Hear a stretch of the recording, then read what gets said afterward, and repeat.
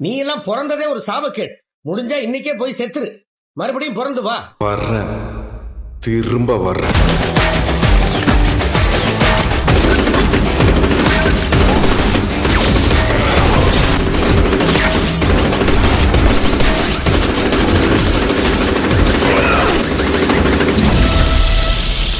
கொஞ்சம் அங்கே பாரு கண்ணா.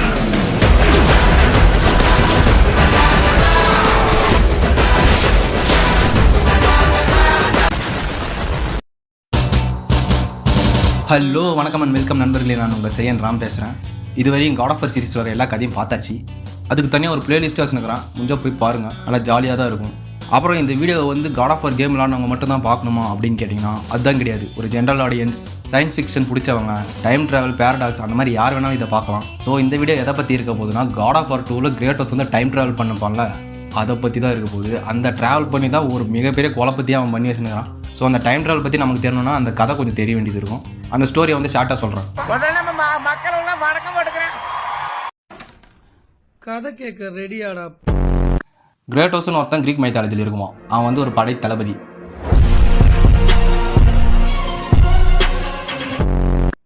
ஒரு போர் நடக்கிறப்ப அவன் தோக்கிற நிலைமையில் இருக்கிறப்ப ஏரிஸ்ன்னு ஒரு காடை கூப்பிட்டு, எனக்கு உதவி பொண்ணு, நான் இந்த போரில் ஜெயிச்சிட்டேன்னா உனக்கு அடிமையாக இருக்கேன் அப்படின்னு சொல்லிட்டுக்குவான். உடனே ஏரிஸ் வந்து கிரேட்டோஸை ஜெயிக்க வைக்கிறான், அவனை அடிமையாக்கிறான். இந்த மாதிரி இருக்கிறப்ப ஏரிஸ் கிரேட்டோஸ்க்கு துரோகம் பண்ணி அவன் ஃபேமிலி அவன் கையாலே சாவடிக்க வைக்கிறான். இதனால் கிரேட்டோஸ் பெண்டோரா பாக்ஸ் அப்படிங்கிற ஒரு பொருள் இந்த சக்தி எடுத்து ஏரிஸை வந்து ஒரு பிளேடை வச்சு கொலை பண்ணிடுறான். கிரீஸ்ல ஏரிஸ் தான் போர் கடவுள், காட் ஆஃப் வார். அவனை சாவடிச்சனால கிரேட்டோஸ் இப்போ வந்து காட் ஆஃப் வார் ஆகிடுவான். மறுபடியும் அந்த காட்ஸ் என்ன பண்ணுவாங்க, கிரேட்டோஸ்க்கு துரோகம் பண்ணுவாங்க. ஜூஸ் வந்து பிளேட் ஆஃப் ஒலிம்பஸை கிரேட்டோஸ் கிட்ட கொடுத்து அவனோட சக்தியெல்லாம் பறிச்சுட்டு அதே பிளேடை வச்சு அவனை கொலை பண்ணிடுவாரு. அப்புறம் அவனோட ஆர்மி எல்லாத்தையும் கொன்றுவார். அப்புறம் கிரேட்டோஸை பாதாளத்துக்கு கூட்டு போறப்ப டைட்டன்ஸோட மதர் காயா வந்து அவனை காப்பாத்துறாங்க.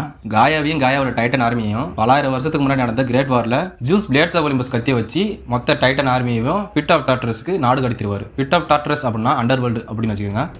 டைட்டன்ஸோட மதர் காயா வந்து கிரேட்டோஸ்க்கு ஹெல்ப் பண்ணி, நீ ஜூஸை பழிவாங்க, நான் உதவி பண்ணுறேன் அப்படின்ட்டு அவனுக்கு உயிர் கொடுத்து அவனை மறுபடியும் பூமிக்கு வர வைக்குவாங்க. சிஸ்டர்ஸ் ஆஃப் ஃபேட்டை போய் நீ பார்த்து உன்னோட விதியை நீயே மாற்று அப்படின்னு சொல்லி அவங்க அனுப்பி விட்டுப்பாங்க. என்னிடம் வராதீர்கள் தம்பிகளே, எழுத்தாணியை சங்கிலே குத்தி விடுவேன். டைம் ட்ராவல் பண்ணி ஜூஸ் உனக்கு என்னைக்கு துரோகம் பண்ணானோ அதே நாளைக்கு நீ வரணும் அப்படின்னு சொல்லிட்டு கிரேட்டோஸை காயா அனுப்பிட்டுப்பாங்க. ஸோ கிரேட்டோஸ் என்ன பண்ணுவான், போகிற வழியில் இருக்கிற அட்வென்ச்சர்லாம் முடிச்சு அங்கேருந்து நிறைய பவர்லாம் எடுத்துட்டு சிஸ்டர்ஸ் ஆஃப் ஃபேட்டை சாவடிச்சு டைம் ட்ராவல் பண்ணி மறுபடியும் ஜூஸ் அவனுக்கு என்னைக்கு துரோகம் பண்ணானோ அதே நாளைக்கு வருவான். அப்புறம் பிளேட்ஸ் ஆஃப் ஒலிம்பஸ் கத்தி அவன் எடுத்துக்கிட்டு ஜூஸுக்கும் கிரேட்டோஸ்க்கும் சண்டை நடக்கும். அந்த சண்டையில் கிரேட்டோஸ் கிட்டத்தட்ட ஜூஸை சாவடிச்சிருவான். ஆனால் அத்தினா குறுக்க வந்து சாக்ரிஃபைஸ் பண்ணி ஜூஸை தப்பி விட்டுருவான். கிரேட்டோஸ் அந்த பிளேட்ஸ் ஆஃப் ஒலிம்பஸ் கத்தி எடுத்துட்டு மறுபடியும் சிஸ்டர்ஸ் ஆஃப் ஃபேட் இருக்கிற இடத்துக்கு வந்துடுவான். இந்த முறை டைம் ட்ராவல் பண்ணுறப்ப 1000 வருஷம் பின்னாடி போய் கிரேட் வார் நடந்த இடத்துக்கு போயிடுவான். அங்கே வந்து தோக்கிற நிலைமையில் இருக்கிற டைட்டன் ஆர்மியெல்லாம் கூப்பிட்டுட்டு 1000 வருஷம் முன்னாடி வந்து ப்ரெசென்ட்டில் வந்து ஜூஸ் கிட்ட சண்டை போடுறதுக்காக மொத்த டைட்டன் ஆர்மியும் கூப்பிட்டு ஒலிம்பஸ் மலையிலே ஏறுவான். அதுக்கப்புறம் காட் ஆஃப் வார் 3 நடக்கும். டைட்டன்ஸ் வந்து கிரேட்டோஸ் துரோகம் பண்ணிடுவாங்க. கிரேட்டோஸ் டைட்டன்ஸையும் சாகடிச்சு ஜூஸையும் சாகடிச்சு மொத்த உலகத்தையும் அழிச்சிருவான். இதுதான் கதை. கிரேட்டோஸ் வந்து டைம் ட்ராவல் பண்ணி ஜூஸ் என்னைக்கு அவனுக்கு துரோகம் பண்ணானோ அன்னைக்கு போய் சண்டைக்கு போவான். ஜூஸ் தப்பிச்சதுக்கப்புறம் பிளேட்ஸ் ஆஃப் ஒலிம்பஸ் கத்தி எடுத்துட்டு மறுபடியும் இன்னொரு டைம் ட்ராவல் பண்ணி 1000 வருஷம் முன்னாடி இருந்த டைட்டன்ஸ் எல்லாம் கூப்பிட்டுட்டு ஃபியூச்சருக்கு வந்துடுவான். இதுதான் வந்து கிரேட்டோஸ் பண்ண 2 டைம் ட்ராவல் ஜம்ப்ஸ். மொத்தம் இந்த டைம் ட்ராவல் எங்கிட்ட 4-5 தேரி இருக்குது. வா உனக்கு தரேன். Okay doctor. விண்வெளி நாயகா, வாழ்க்கை ஒரு வட்டண்டா. ஸோ ஃபஸ்ட்டு தியரி பார்க்கலாம், லூப் தியரி. இதுதான் வந்து எல்லாரும் சொல்கிற தியரி. கிரேட்டோஸ் டைம் ட்ராவல் பண்ணுறப்ப லூப்பில் இது நடந்துனே இருக்கும் அப்படின்வாங்க. எப்படின்னா, கிரேட்டோஸை ஜூஸ் கொன்றுவான், காயா காப்பாற்றிடுவா. மறுபடியும் கிரேட்டோஸ் ஃபியூச்சருக்கு டைம் ட்ராவல் பண்ணி வருவான். கிரேட்டோஸை ஜூஸ் கொன்றுவான், காயா காப்பாற்றிடுவா. மறுபடியும் கிரேட்டோஸ் ஃபியூச்சருக்கு டைம் ட்ராவல் பண்ணுவான். அப்போ அங்கே பணமாகிற கிரேட்டோஸ் என்ன ஆவான், மறுபடியும் காயா காப்பாற்றுவான். மறுபடியும் கிரேட்டோஸ் டைம் ட்ராவல் பண்ணுவான், மறுபடியும் சண்டை நடக்கும். இதுதான் வந்து லூப், நடந்த விஷயம் நடந்துனே இருக்கும் அப்படின்றதான். ஆனால் இந்த தியரி வந்து தப்பு. விண்வெளி நாயகா, 2 பேரா மாமி? இதில் வந்து டபுள் டைம் லைன் தியரின்னு ஒன்று இருக்குது. அது என்னன்னா, கிரேட்டோஸ் 1 ஜூஸ் சாவடிச்சிருவாங்க, காயா கிரேட்டோஸ் 1 காப்பாற்றுவாங்க. கிரேட்டோஸ் 1 டைம் ட்ராவல் பண்ணுறான், ஜூஸ் கிரேட்டோஸ் 2 சாவடிக்கிறான். அப்போ கிரேட்டோஸ் 1 வந்து சண்டை போடுவான், காயா கிரேட்டோஸ் 2 காப்பாற்றுவாங்க. கிரேட்டோஸ் 2 டைம் ட்ராவல் பண்ணுவான், ஜூஸ் கிரேட்டோஸ் 1 சாவடிக்குவான். அப்புறம் கிரேட்டோஸ் 2க்கு சண்டை. புரியுதா? எப்படின்னா, கிரேட்டோஸ் 1 ஜூஸ் சாவடிக்கிறப்ப கிரேட்டோஸ் 2 டைம் ட்ராவல் பண்ணி வருவான். கிரேட்டோஸ் 2 ஜூஸ் சாவடிக்கிறப்ப கிரேட்டோஸ் 1 டைம் ட்ராவல் பண்ணி வருவான். இது வந்து ஒரு டைம் லைன் இன்னொரு டைம் லைன் வந்து சார்ந்து இருக்கிற மாதிரி ஒரு டைம் லைன். ஆனால் இதுவும் தப்பு தான்.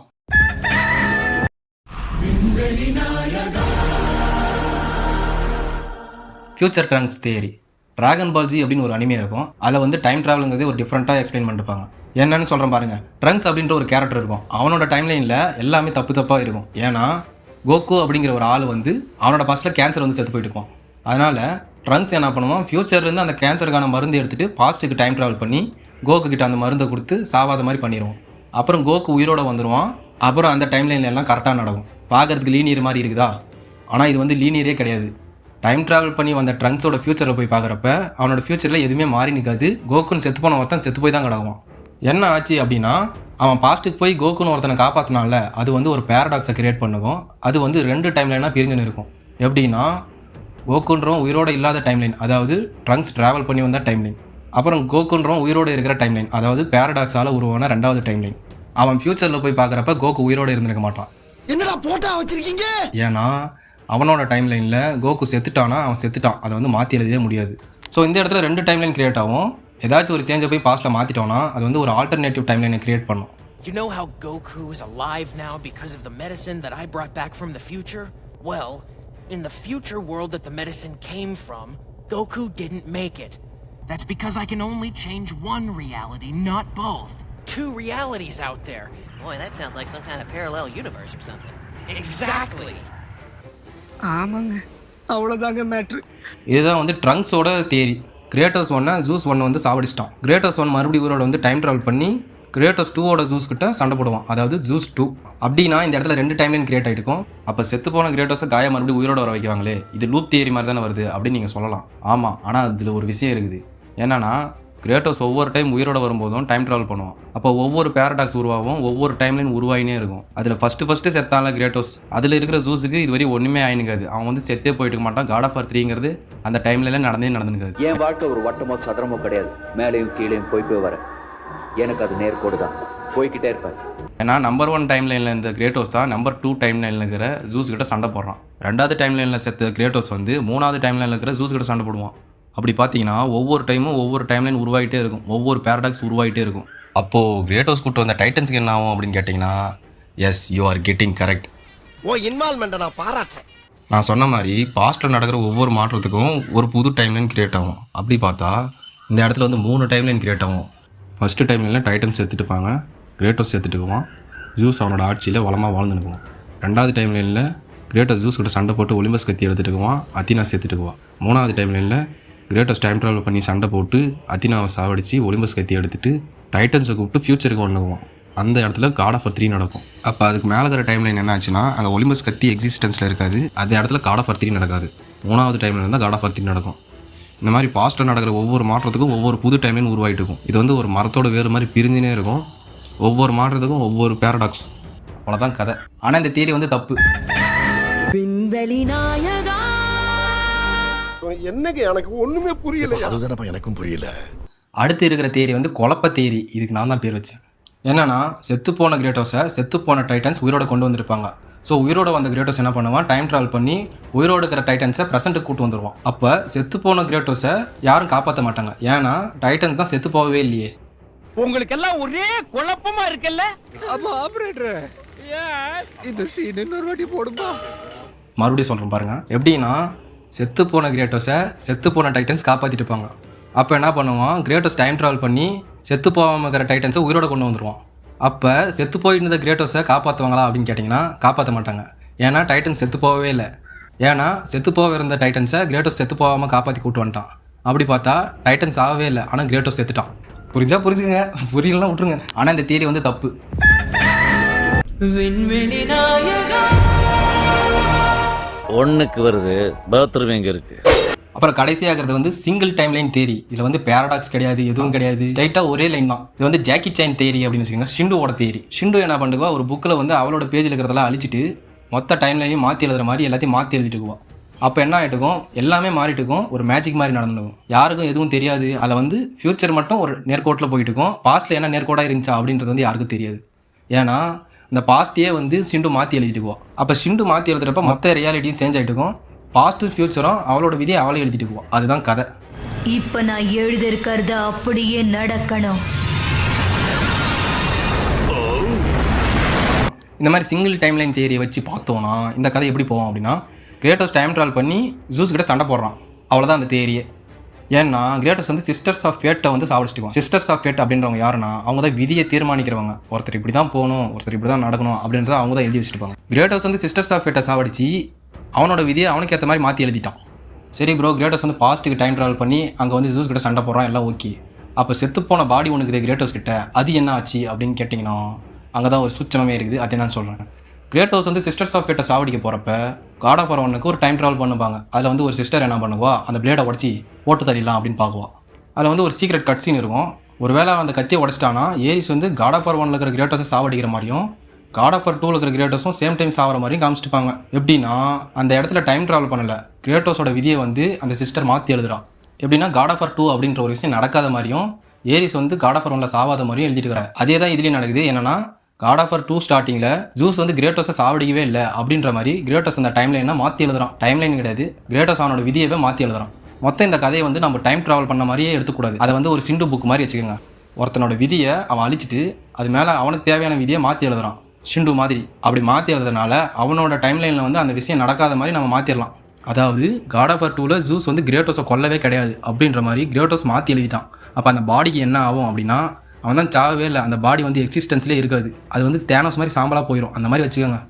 கிரேட்டோஸ் செத்தான், ஆனால் செத்து போன கிரேட்டோஸை இவனே ரீப்ளேஸ் பண்ணிட்டான். இதில் வந்து கிரேட்டோஸ் டைம் ட்ராவலே பண்ணல, அவன் வந்து ப்ரெசென்ட்டில் மட்டும்தான் இருக்கான். அவனோட விதியை மட்டும் தான் மாற்றி எழுதுறான். அந்த மாதிரி வச்சுக்கோங்க. இதெல்லாம் கேட்குறப்ப தலை சுத்துற மாதிரி இருக்கும். ஆமாங்க. சரி ப்ரோ, கிரேட்டோஸ் டைம் ட்ராவல் பண்ணி கூட்டு வந்த டைட்டன்ஸுக்கு என்னாச்சு, அவங்க ஆயிரக்கணக்கான வருஷமாக பண்ண மாற்றங்களுக்கு என்ன பதில் அப்படின்னு கேட்டிங்கன்னா அங்கே தான் ஒரு ட்விஸ்ட்டு. நீங்கள் காட் ஆஃப் வார் 3ல் மலை ஏறப்ப பார்த்த டைட்டன்ஸ் யாரையுமே மற்ற கேமில் பார்த்துட்டே இருக்க மாட்டீங்க. அப்படி பார்த்த டைட்டன்ஸ் யாருன்னா குரோனோஸ், அட்லஸ். அட்லஸ் வந்து காட் ஆஃப் வார் 3ல் அப்பீர் ஆக மாட்டான், ஆனால் அந்த பூமியை தாங்கி பிடிச்சிங்கிறதே அட்லஸ் தான். சரி, அவங்களோட டைம்லைன் என்னன்னா ஜூஸ் அந்த பிளேட்ஸ் ஆஃப் ஒலிம்பஸ் கத்தி யூஸ் பண்ணுறதுக்கு முன்னாடியே அட்லஸை வந்து ஏடிஸ் தோக்கடிச்சிட்டுக்குவான். அவன் கண்ணு முழிச்சு பார்க்குறப்ப நான் பிட் ஆஃப் டாட்டர்ஸில் இருந்தேன் அப்படின்னு சொல்லுவான். அப்படி பார்த்தா அட்லஸோட டைம்லைன் கரெக்டாக இருக்குது. சரி, குரோனோஸோட கதை என்னன்னா காட் ஆஃப் வார் 2ல் பாஸ்ட்டில் காமிச்சிட்டுப்பாங்க. குரோனோஸ் வந்து 5 காட்ஸையும் முழுங்க போகிறான் அப்படின்ட்டு. அதில் ஜூஸ் என்ன பண்ணுவான், கிரேட் வார் நடக்கிறதுக்கு முன்னாடியே குரோனோஸை டிஃபீட் பண்ணிவிட்டு அந்த 5 குழந்தைங்களையும் வெளியே கொண்டு வந்துருக்குவான். அதுக்கப்புறமா அவனை அடிமையாக்கி பெண்டோரா பாக்ஸை வச்சு சுத்த விட்டுக்குவான். ஒருவேளை குரோனோஸ் வந்து அந்த கிரேட் வாரில் கலந்துக்கிட்டு இருந்தாலும் கிரேட்டோஸ் அவனை விட்டுட்டு வந்த மாதிரி கணக்கில் வச்சுட்டோன்னா இந்த டைம்லைன் கரெக்டாக இருக்கும். அப்படி பார்த்தா குரோனோஸோட டைம்லைனும் கரெக்டாக இருக்குது. அதாவது காட் ஆஃப் வார் 3ல் அப்பீர் ஆன டைட்டன்ஸ், அது மட்டும் இல்லாமல் மற்ற கேம்ஸில் அப்பீர் ஆன டைட்டன்ஸ், டைம்லைனில் மாற்றத்தை ஏற்படுத்தாத 2 டைட்டன்ஸ், அவங்க தான் இவங்க 2 பேர், அட்லஸ், குரோனோஸ். இவங்களோட டைம்லைன் கரெக்டாக இருக்குது. பிட் ஆஃப் டாட்டர்ஸில் இருக்க வேண்டிய டைட்டன்ஸை மட்டும் தான் கிரேட்டோஸ் டைம் ட்ராவல் பண்ணி கூட்டு வந்துவான். அதாவது அந்த ஜெயிலில் இருக்க வேண்டிய டைட்டன்ஸ் ஆயிரக்கணக்கான வருஷமாக அவங்களால எந்த ஒரு மாற்றமும் ஏற்பட்டுக்காது. அதனால் ஒரு பேரலல் டைம்லைனோ எதுவுமே ஏற்படுத்தவும் முடியாது. அப்படி நடந்திருந்தாலும் கிரேட்டோஸ் அது நடக்காத மாதிரி மாற்றி எழுதிட்டான். ஏன்னா அவங்க பிட் ஆஃப் டாட்டர்ஸ்க்கு வரவே இல்லை. சரி ப்ரோ, காயாதான் ஒரு மாற்றத்தை ஏற்படுத்திட்டாலே கிரேட்டோஸ் உயிரோடு கொண்டு வந்தாலே அப்படின்னு கேட்டிங்கன்னா அங்கே தான் விஷயமே இருக்குது. கிரேட்டோஸ் சாவே இல்லைன்னு அவன் மாற்றி எழுதிட்டான். அதனால் காயாவும் சாவே இல்லைன்னு மாற்றி எழுதிட்டான். அது மட்டும் இல்லாமல் கிரேட்டோஸ் கிரேட் வார்லேருந்து எல்லா டைட்டன்ஸையும் கூட்டு வந்தானா அப்படின்னு கேட்டிங்கன்னா அதான் கிடையாது. அவன் சில டைட்டன்ஸை விட்டுட்டு தான் கூட்டு வந்துக்கிறான். இந்த மாதிரி இருக்கிறதுனால டைட்டன்ஸோட டைம்லைனும் கரெக்டாக இருக்குது. ஒரு பிரபலமான டைம்லைன் பற்றின ஒரு கவிதை இருக்குது. கவிதை என்னென்னா, you can't change the past because that already happened. என்னன்னா, ஏற்கனவே நடந்த ஒரு விஷயத்தை நம்மளால் மாற்ற முடியாது, ஏன்னா அது ஏற்கனவே நடந்துச்சு. அப்புறம் எப்படிடா கிரேட்டோஸ் எல்லாம் மாற்றி எழுதுறான் அப்படின்னா, கிரேட்டோஸ் வந்து டைம்லைனில் என்ன நடந்துச்சுன்னு மாற்ற நினைக்கல, அவன் விதியவே மாற்றுறான். அதுதான் அதில் ஃபேக்ட். இதில் வந்து டைம் ட்ராவல், பேரடாக்ஸ் எதுவுமே கிடையாது.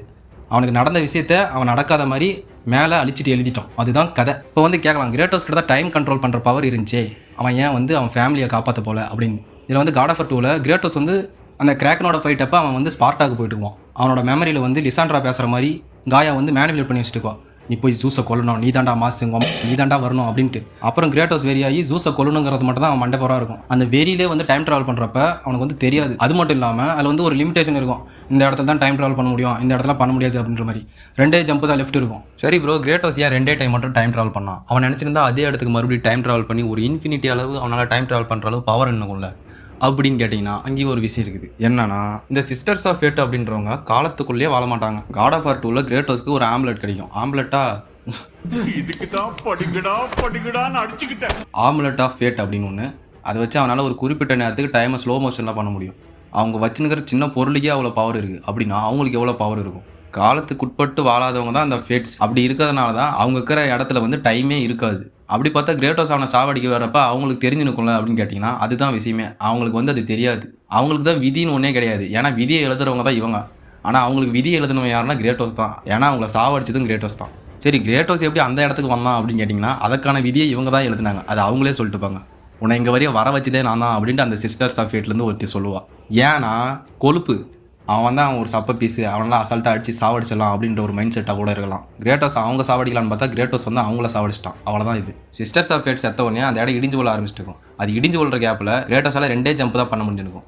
அதனால தான் கிரேட்டோஸால் இன்ஃபினிட்டி டைம் ஜம்ப் அடிக்க முடியல. அவ்வளோதான். இது வந்து ஏன் வந்து அவனால் ஃபுல்லாக டைமை வந்து கண்ட்ரோல் பண்ண முடியல அப்படின்னா, அவனோட த்ரெட்டை வச்சு அவன் பண்ணிருக்கலாமா இல்லையாலாம் எனக்கு தெரியல. அவன் வந்து பண்ணலை. ஏன்னா அதுக்கு ஒரு காரணம் வந்து தான் பொண்டாட்டியே வந்து ஜூஸை கொள்ளணுங்கிற ஒரு மோட்டிவேஷன் பண்ணதாக கூட இருக்கலாம். அவ்வளோதான். ஸோ இதுவரையும் எல்லா தியரியும் பார்த்தாச்சு. எல்லாம் வந்து எப்படி சொல்கிறதுனா, ஒவ்வொரு படமும் ஒவ்வொரு கேமும் அதுக்கேற்ற தியரியை வச்சு அதுக்கேற்ற டைம்லைன் வச்சு ரன் ஆகும். நம்ம வந்து இதில் என்ன பார்க்கணும் அப்படின்னா, கிரேட்டோஸ் வந்து ஜூஸை பழி வாங்க போகிறோம். மொத்த டைட்டன் ஆர்மியும் தூக்கிட்டு பிளேட்ஸ் ஆஃப் ஒலிம்பஸ் எடுத்து மாசா டைலாக் பேசணும். அவ்வளோதான் டைம்லைன். டைம் ட்ராவல் பற்றி யார் கவலைப்பட்டா, என் தலைவாங்க மாசா யாராம் பாரு அப்படின்னு நினச்சிக்க. அவ்வளோதான். ஸோ இந்த வீடியோ டைம் ட்ராவல் ரிலேட்டடாக இருக்கிறனால உங்களுக்கு டைம் ட்ராவல் பண்ணுற சக்தியோ இல்லை டைமை பாஸ் பண்ணுற சக்தியோ கிடச்சா நீங்கள் என்ன பண்ணுவீங்க அப்படின்றத கீழே சொல்லிட்டு போங்க. என்கிட்ட அது கிடச்சா அது என்ன ஆகுன்னு உங்களுக்கே தெரியும். நான் இதுக்கு முன்னாடி போட்ட வீடியோ பார்த்தவங்களாம் தெரியும். பல நாள் ஆசை இருக்குது. ஒரு கண்ணி கழியாத பையனுக்கு டைமை கண்ட்ரோல் பண்ணுற சக்தி கிடச்சா அவன் ஃபஸ்ட்டு என்ன பண்ணுவான்னு உங்களுக்கே தெரியும். அது கண்டிப்பாக நல்ல விஷயமா இருக்குது. அப்புறம் காலன்றது ஒரு நேர்கோடாக போகிற விஷயம். அதை வந்து நம்மளால் மாற்றி எழுதவோ அது ஒன்றும் பண்ண முடியாது. ஒரு விஷயம் நடந்துச்சுன்னா அது நடந்துச்சு. தெரிஞ்சுக்கடா புஜ்ஜிமா, எல்லாம் உங்களுக்கு உதவத்தான். எதுக்குமா? அப்புறம் உங்களுக்குன்னு ஒரு ஆசை இருக்கும், அதை தேடி ஓட ஆரம்பிங்க. ஆசைப்படுற மாதிரி நீங்களும் ஆசைப்படுங்க. எதுவாக வேணா இருக்கலாம். ஒரு யூடியூபர் ஆகிறது, ஒரு கண்டென்ட் கிரியேட்டர் ஆகிறது, ஆர்டிஸ்ட்டு, ஒரு நல்ல வேலைக்கு போகிறது, ஒரு பிஸ்னஸ் ஆரம்பிக்கிறது, எதுவாக வேணாக்கலாம். இடிசி உங்களுக்கும் அதான் சொல்கிறேன். உன்னால் என்ன பண்ணாலும் உன்னோட கடந்த காலத்தை மாற்ற முடியாது. ஆனால் உன்னோட ஃப்யூச்சரை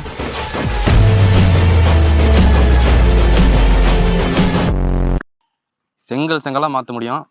பார்த்து பண்ணுங்க. அப்புறம் கேட்குறீங்க அடுத்த வீடியோ எப்போ ப்ரோ போடுவீங்க, ஏன் ப்ரோ லேட் பண்ணுறீங்க அப்படின்ட்டு. இந்த வீடியோ லேட் ஆனதுக்கு காரணம் இதை பற்றி ரிசர்ச் பண்ணுறதுக்கு எனக்கு 2 நாள் ஆச்சு. அதில் இருக்கிற டீட்டெயிலாம் கலெக்ட் பண்ணிட்டு அதுக்கப்புறம் அது ஒரு வீடியோவை போடுறதுக்கு தான் இவ்வளோ நாள் ஆயிடுச்சு. அப்புறம் சொன்ன விஷயம்லாம் வந்து நானாக ஓனாக சொல்கிறது கிடையாது. அங்கங்கே ரிசர்ச் பண்ணி கூகுளில் சர்ச் அடிச்சு, அது மட்டும் இல்லாமல் எனக்கு தெரிஞ்ச ஒரு 4 விஷயம் நான் எக்ஸ்ட்ராவாக புகுத்தின விஷயம் தான் இதில் இருக்குது. So that's it. எனக்கு ரொம்ப போர் அடிக்குது ப்ரோ, ஐம் ஃபீலிங் லோன்லி அப்படின்னு என்ன மாதிரி யாராச்சும் இருந்தீங்கன்னா டிஸ்கார்ட் புதுசாக ஆஃப் பண்ணுறேன், முடிஞ்சா ஜாயின் பண்ணிக்கங்க. இன்ஸ்டாகிராம் ஐடியில் ஃபாலோ பண்ணிக்கங்க. அவ்வளோதான், வேறு எதுவும் இல்லை. மறக்காமல் சப்ஸ்கிரைப் பண்ணுங்கள். பை.